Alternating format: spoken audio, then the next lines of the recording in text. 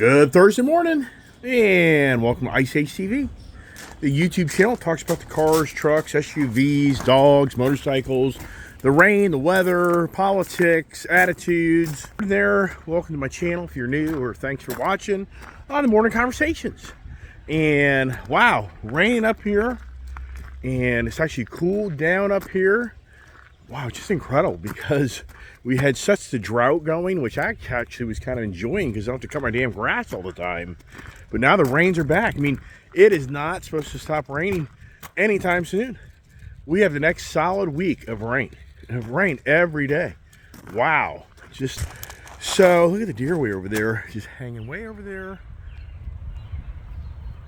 Yeah, so, oh my goodness gracious. Thursday. The weeks are passing, the dogs are here, the troublemaker new dog is in the house still with the kid. Got a busy day, gotta work out in the rain today. I'm just not excited about that. Jeez. Yikes, yikes, yikes, yikes, yikes. So, news, you're just seeing all the political garbage. Isn't it just garbage? Does it just aggravate you that you witness these politicians? You know, the song from The Who, what was the song? Teenage Wasteland by Pete Townsend. I think more than ever, we've got political wasteland. I mean, waste heads. I truly believe we have so many politicians in power today that are just, I think they're druggies. I think they're drug addicts. I think they're alcoholics. They're drug abusers. I think that it really needs to be looked into. I think that we, as the citizens of this country, need to demand that politicians have to take drug tests on a regular basis. I think these people are stoned off their ass half the time. If you watch the Adam Schiff fiasco, come on, Pops, let's go. Come on, Ginger, come on. And you see the statements these people making about this guy. It's like, yeah, it's political wasteland. So yeah, so what's the wasteland conversation? I got to think to myself this morning, we need to talk about waste. That just kind of popped in my head this morning. As always, I'm trying to bring content to a channel that has no other participants helping me run a channel. So it's challenging to try to bring entertainment and content when you work off a shoestring. Have you know these conversations? But I enjoy talking and doing my thing, so no biggie. And I'll tell you what, got the Honda motorcycle here kind of a little more cleaned up. We took off the rear passenger pegs. We put this silly Fox sticker on it, maybe let people know, hey, a girl's riding the bike, maybe a little sympathy going down the road, because sometimes people are very aggressive and aren't very nice to people, but this bike here is just such a nice bike. I was telling my daughter last night, boy, if I was your age and I got that, my dad got me that, I'd be just like not even sleeping at night. Yeah, the dog's in, they're all waiting up the stairs and get going here. And so yeah, for Adam Schiff, hey, watching this stuff, it's just like make you mad. It's just maddening that people stand around and support this guy that lies to everybody. But I posted on Twitter this morning, I said, what people don't realize is the voter base votes in these people that can lie to get rid of the people they don't like. So Adam Schiff, he has a whole base that hates Donald Trump. And so they like this guy because he just about for the most part, in so many aspects, in the supporters of Adam Schiff, he completed his task because Trump didn't get reelected. I ain't going down that rabbit hole. But the whole point is that Adam Schiff lied, and his political base that votes for him, they like these type of people. And here's the thing. It's nothing new that politicians lie. You know, all these politicians lie. That's the whole politics 101. I mean, sincerely, if you think it through, politics 101 is you have to be a master liar. And sure, Adam Schiff pushed it beyond master lying, but he accomplished the distraction of a solid presidency of Donald Trump, being constantly drugged into court, constantly the media machine just never ending talking about the hate of Donald Trump. So for him, he won. And no point might tell you that. He's proud of what he did. Now, if the guy had to go to jail, the guy had to pay penalties, it would be a different story, but they're just going to silence him. They won't silence that guy. Can you silence a politician? I mean, give me a break. So anyways, yeah, I just had to kind of throw that out there this morning because what's the freaking focal point of the news besides the submarine that joined the individuals that died in Titanic? I mean, very sad. I mean, who knows? I mean, we don't know for sure what's the end result. The thing could be floating somewhere else. Who knows? I mean, I have no idea. Sympathy for anybody who has family and all that other stuff. But yeah, it's just kind of what's the news? The news is Adam Schiff and the submarine. And of course, yeah, there's other things going on too. And now Elon Musk wants to fight Mark Zuckerberg or vice versa or whatever. And so Elon Musk now is saying, hey, let's do a cage fight in what's an octagon or whatever it is, Las Vegas. I'm not a MWF or whatever the fighting cage fighting is. I don't watch that stuff. It just doesn't I just don't get off and see people kill each other personally. So so what I said this morning was, hey, why don't you guys do a charity fight? Hey, there you go. Why doesn't Elon and Zuckerberg get a charity fight? I would draw a lot of attention and maybe do some really good. Hey, why don't you pick your charity or something? I think that would be entertaining. So anyway, I woke up this morning. What are we going to talk about? So I thought to myself yesterday, I was talking about bigger. How everything's gotten so much bigger. Then I say to myself, well, why don't we talk about smaller? And I really started saying to myself, what has gotten smaller? What has gotten smaller? Besides maybe your buying power, because your inflation. So then I started thinking to myself, waste.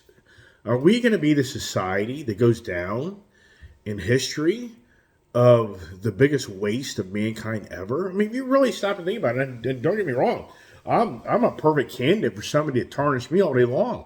For all the cars and trucks and motorcycles I have, yeah.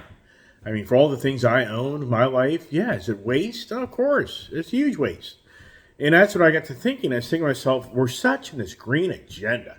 It is all about the green agenda. If you watch Incredibles, Bloomberg and Wall Street Journal, more than ever, it is such the car electric vehicle content 24/7. It is major articles day in, day out on these major, media outlets that are more of the business-minded type of content, and it's just never-ending talk about electric vehicles and the battery infrastructure. And what intrigued me this morning was Volkswagen. They claim they're behind the curveball compared to the competition. I thought that Volkswagen was kind of right there with the competition on building the battery infrastructure, and they're trying to build massive battery factories throughout the world, and it's a huge challenge for them to catch up to the competition. And the CATL, that Contemporary Amperex Technology Limited company out of China that has that lithium iron phosphate LPF battery technology, that's what they're going up against, because those guys, that company's massive, and it's budding up here in this country and other countries, and they've got the world dominance of the battery. But the battery, what's interesting is in one aspect, they're trying to make the battery smaller so it's lighter weight, but they're trying to get more range out of them. And the solid state battery technology apparently is really starting to kind of come to be. And they're just bragging about the solid state battery. If they can master that technology, you're talking 500 to 700, 800 mile range, 10-minute recharging time within, you can get from 10% to 80% recharge within 10 minutes. So that whole technology, Toyota's bragging about it right now. Apparently Toyota's behind the scenes.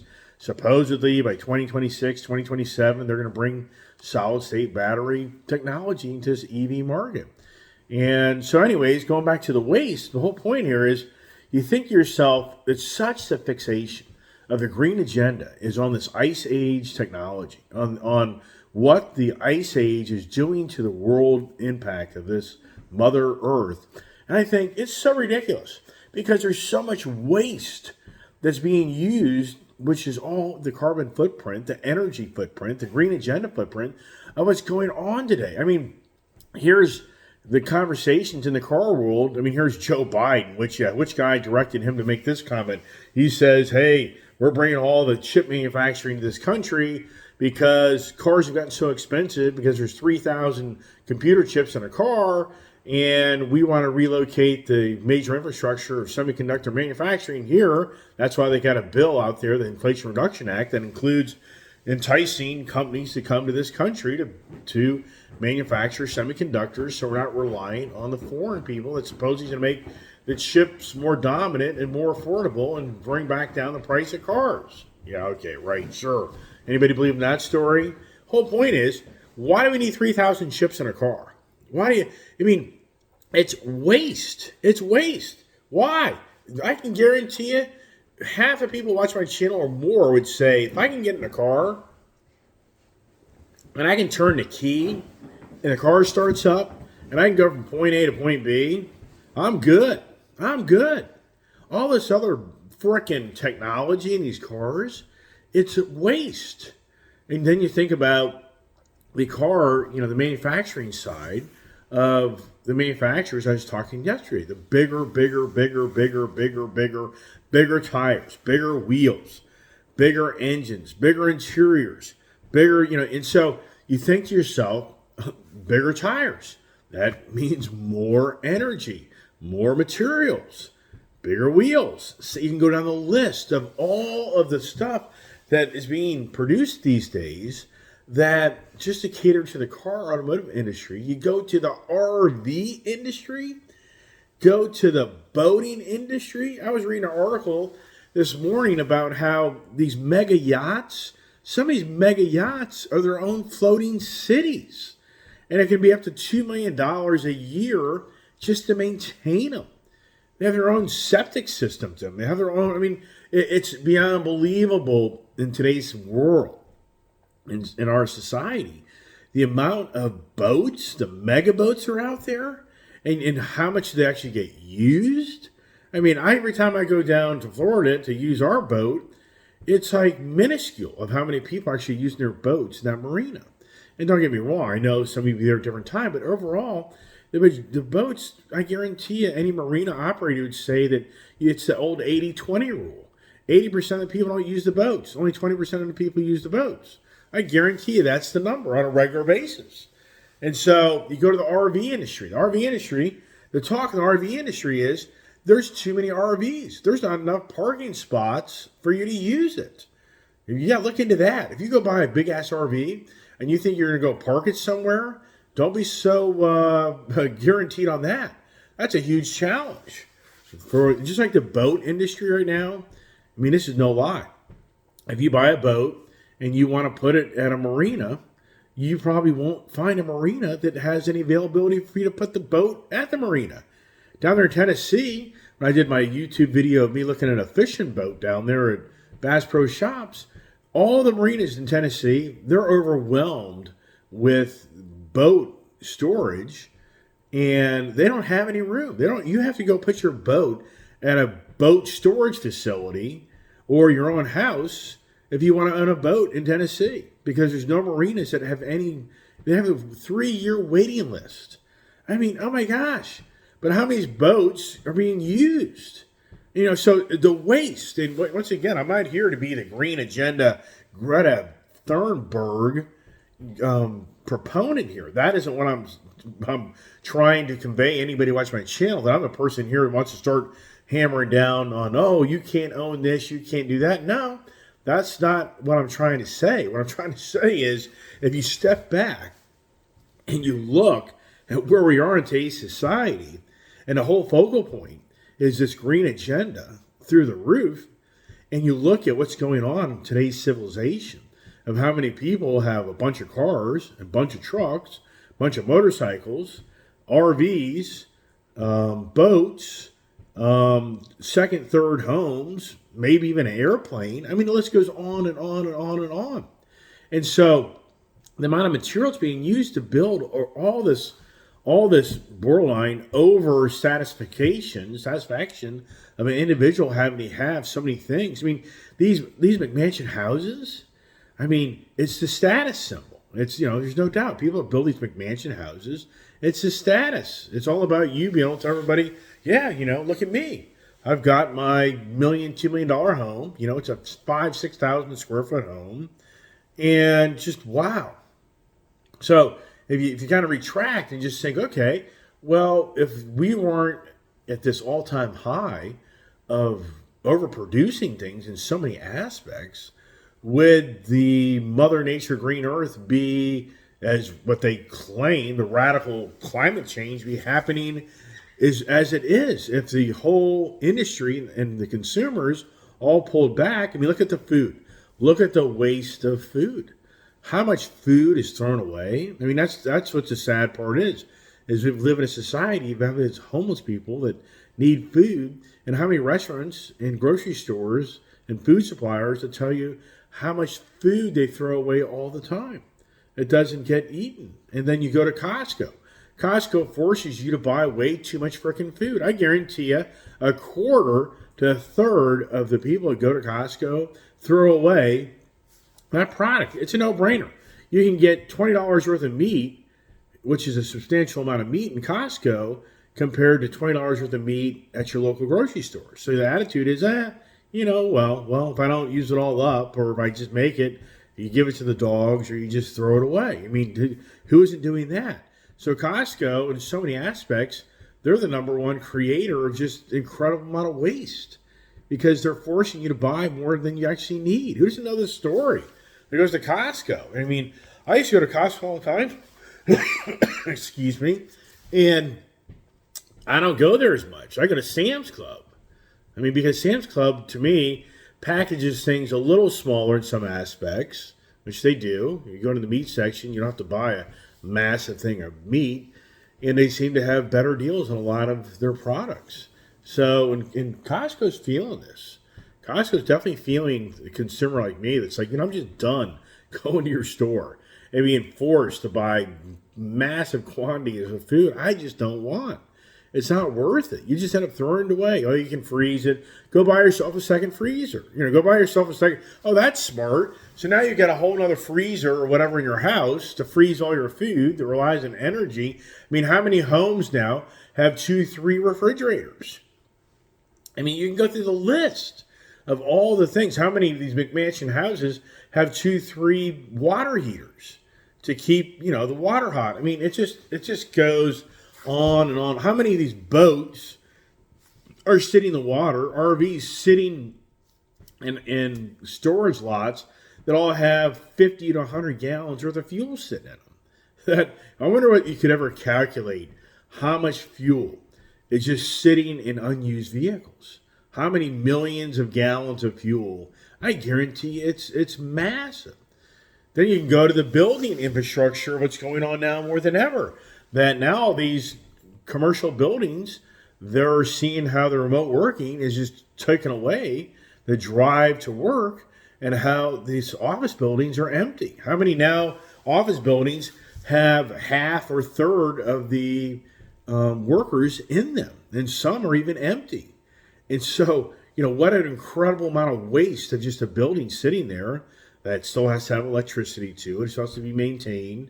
And for the investors, that's a very concerning thing. But once again, it's just, and then you think to yourself, okay, remote working. I've read a lot of articles where people are really mad about having to go back to work just 2 or 3 days a week because they claim they sold their car or their vehicle, or they downsized their, having a few cars or whatever it may be. And so they're very upset because that was a huge savings for them, right? I mean, wow. So, and the whole point of this conversation to me is it's all about getting rid of the ice age as fast as possible. We are more than ever on a movement in this world to get rid of the ICE vehicle. I mean, it is happening by huge strides. It's going on. And I just think, what a joke that that's such a fixation when you truly could say, yeah, but look at all the waste of what's going on, of what, how many computers do people have? I mean, how many, you can just start going through the list of things. How many pairs of shoes do you have? Is that the running joke? I mean, how many people collect, basketball shoes? I mean, the clothing. Do you see these big clothing metal containers? Do you know how big a business that is? In this country, this is no lie. I did a lot of research on it years ago and even thought about getting into that business years ago because Save the Planet or whatever it is, the yellow containers, that supposedly you hear different stories about borderline being a scam, but they're donating monies to the well-being, but they're really using the monies for their own charities for themselves in so many ways. But here's the point. These clothing container boxes are full. I mean, they're over full. I've even met the guys that drive around and just, no labeled truck. It just looks like a box truck that drive around all day collecting these containers. And what goes on is all this clothing that you're taking, these containers, they go to like New York City or some major port where the clothing is weighed and they're paid. They're paid by the weight of clothing that goes overseas and then is distributed and resold in the foreign markets. And it's probably $1 billion industry.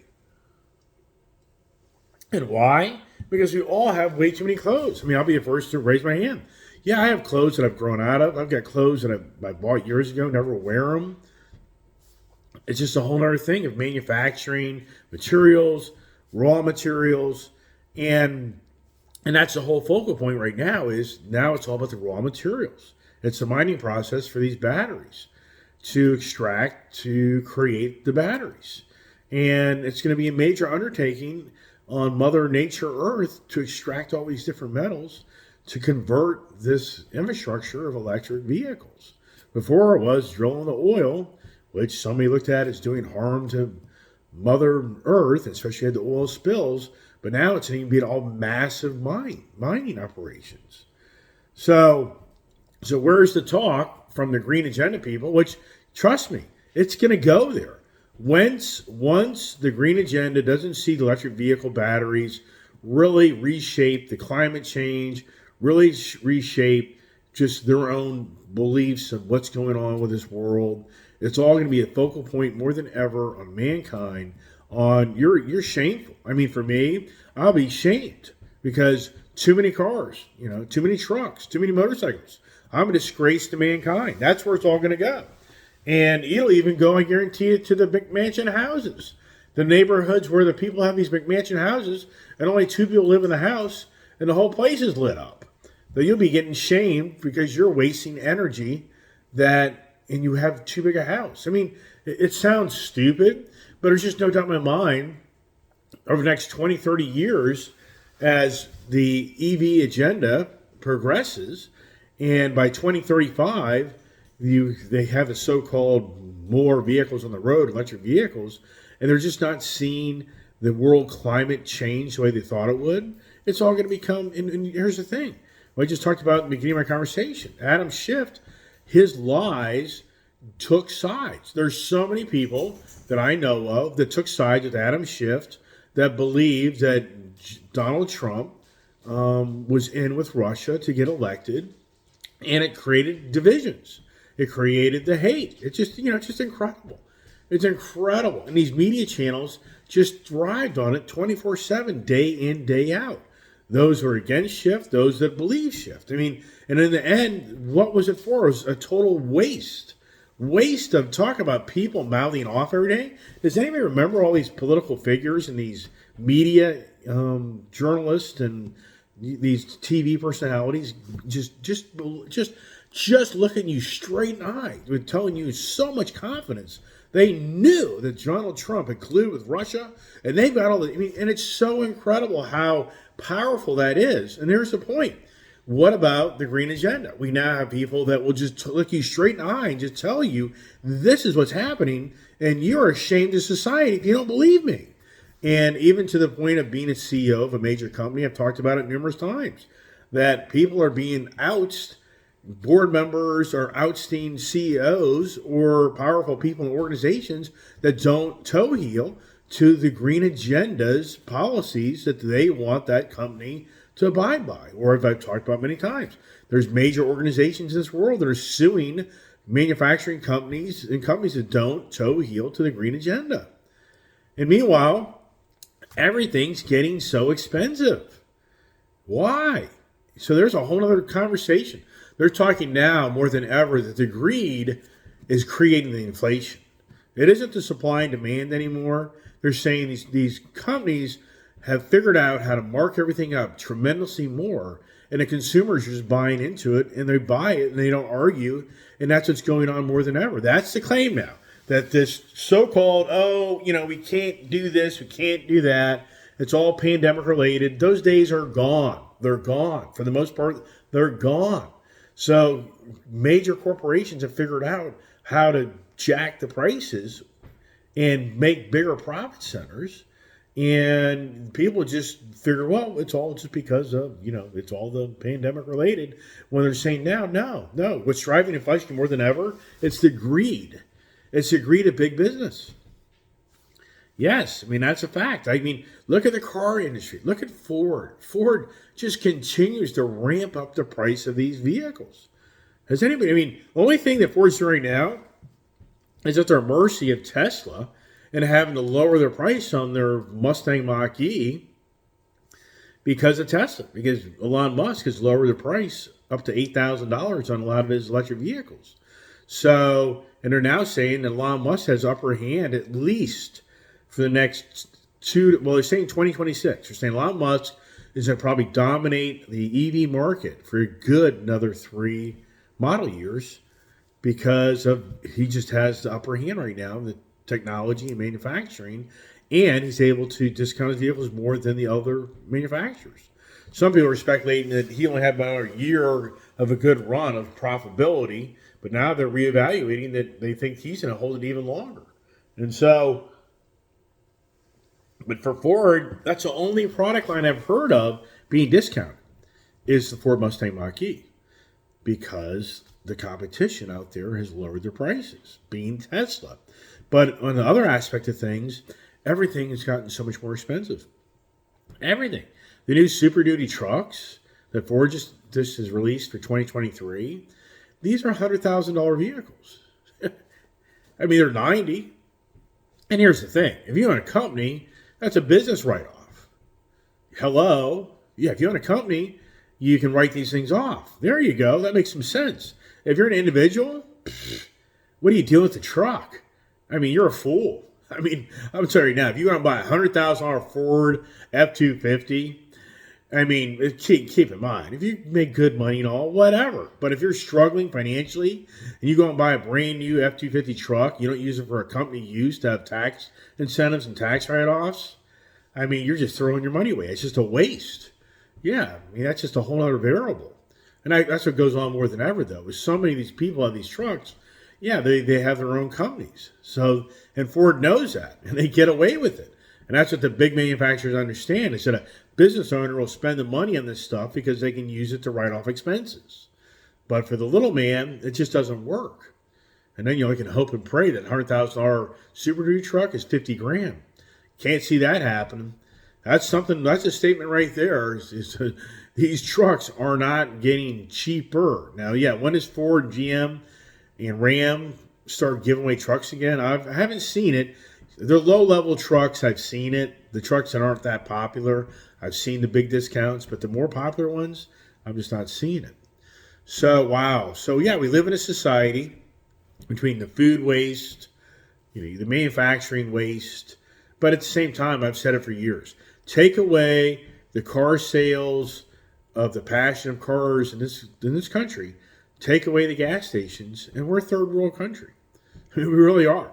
If you really take away the people that want to own a bunch of cars, whatever their toys are, people driving around, buying gas, you just take that whole model away, and people just have the basics of basics. This country, borderline, is broker than broke. The amount of jobs that would be lost if people said, you know what, I only need one car. We only have one car for the family. We don't need 4 or 5 cars. We're not going to get rid of the car until it falls apart. We'll drive it until it has 200,000, 300,000, 400,000 miles on it. If that was the mentality of most people in this country, or I only need a few pairs of shoes, or I don't need to go to McDonald's every day. You can go through the list of what goes on in society, of the waste, of the waste, of the waste.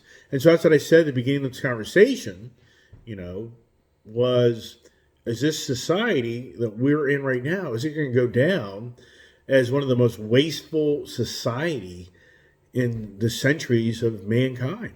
I think it will. I think that years from now, that'll be the talk of, wow, there was this Ice Age TV. Yeah, I'm not going to be on the radar screen for that. But this guy had how many vehicles? You know, the list goes on and on and on. How many trailers? But for me, it's like, yeah, you know how many guys out there have multiple boats?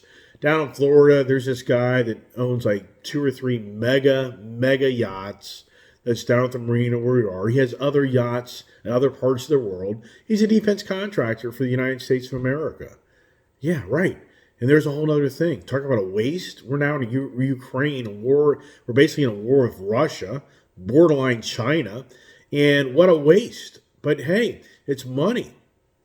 You know, big wars are driven by big business, which each equals big money.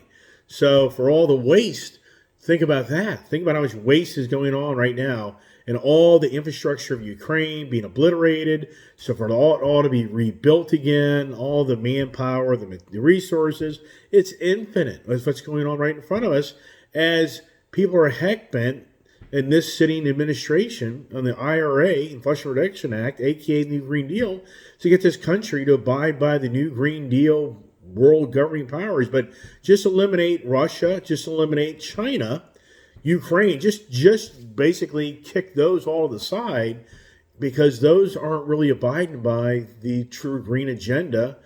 And the green agenda for China is about money. Yeah, if you read about the green agenda in China, it's all about the money because they're now the dominant player of making electric vehicles and electric batteries. So their green agenda is green money. It's not save the world, save the environment. How many coal plants did they build in the last few years? How many new coal plants just opened up? How many coal plants are repowering charging stations? The list goes on and on and on. All right, everybody, that's it. I got to go. Busy day. It's raining. This sucks. Go work out in the rain today, but that's what you do when you're your best, worst employee, when you're own your own company. That's what I've said for years. I told other business owners, like, hey, you're your best, worst employee. They kind of sit there and think. They're like, yeah, right. All right, everybody, hey, hope everybody has a great day. Stay safe, stay warm, stay dry. Maybe you're in Texas and you're sweating your ass off. Up here, it's cool and rainy. So stay tuned. God bless. And appreciate all nice comments and support. Have a great day.